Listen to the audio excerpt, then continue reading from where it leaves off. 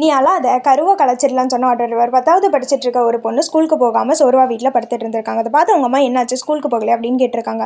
அப்போ என்னால் எந்திரிக்கவே முடியலம்மா, நான் ஸ்கூலுக்கு போகல அப்படின்னு அந்த பொண்ணு சொல்லியிருக்கு. உடம்பு சோர்வாக இருந்தாலும் அந்த பொண்ணோட மூஞ்சில் ஏதோ ஒரு பயம் கவலை இருக்குன்னு அவங்க அம்மா துருவி துருவி கேள்வி கேட்டிருக்காங்க. போது அந்த பொண்ணு எல்லாமே சொல்லி சமாளிச்சு அதுக்கப்புறமா பெரிய குண்டு தூக்கி போட்டிருக்கா.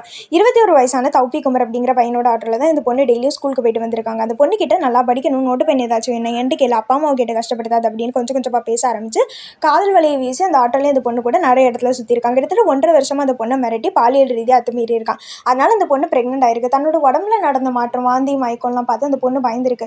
ஒன்றும் இல்லை, நீ ப்ரெக்னென்ட் ஆயிருக்கு, எனக்கு நர்சிங் டிஸ்கண்டினியூ பண்ண ஒரு பெண் தோழி இருக்காங்க, அவங்க கிட்ட மாத்திரை பேர் வாங்கி மெடிக்கல் ஷாப்பில் போய் வாங்கி தரேன், அது போட்டால் சரியாயிரும் அப்படின்னு சொல்லியிருக்கு. அந்த பொண்ணு பயந்துக்கிட்டு இல்லை நான் போட மாட்டேன்னு சொல்லியிருக்கு. நீ இப்போ போடலைன்னா ஸ்கூலுக்கே போக முடியாது, அப்பா அம்மா உன்னை வீட்டை விட்டு விரட்டிடுவாங்கன்னு பயம்புறுத்தி அந்த பொண்ணை மாத்திரை சாப்பிட வச்சிருக்கா. அந்த பொண்ணுட்டு அந்த டேப்லெட் அழுதுகிட்டே சாப்பிட்டு வீட்டில் வந்து படுத்ததுக்கப்புறம் தான் அவங்க அம்மா கிட்ட இவ்வளோ விஷயம் சொல்லியிருக்கு. இப்போ அந்த பையனை போக்சோ சட்டத்தில் கைது பண்ணியிருக்காங்க. இதை எழுதி கொடுத்த பெண் தோழி யார் அப்படின்னு சொல்லி தேடிட்டு இருக்காங்க. உங்கள் குழந்தைங்கள சேஃபாக வச்சுக்கோங்க. கட்டுக்கதை ஸ்டோரி சேனலை மறக்காமல் ஃபாலோ பண்ணிடுங்க. பாய்.